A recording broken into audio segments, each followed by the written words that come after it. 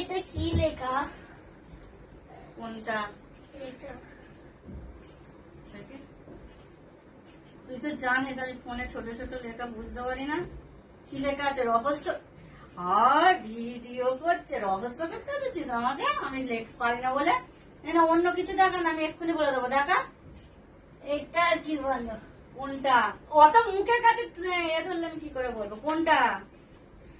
এটা ওইটা 80% আছে।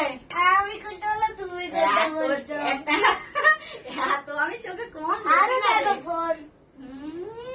আমি মোটামুটি দেখতে পাই, একটু কমজোরি আছি বন্ধুরা, ওই জন্য রহস্য করছে আমার ছেলে। সেটা কি বলতো আমি চলো হয়েছে বলে দিয়েছি, বন্ধুরা সব জেনে গেছে।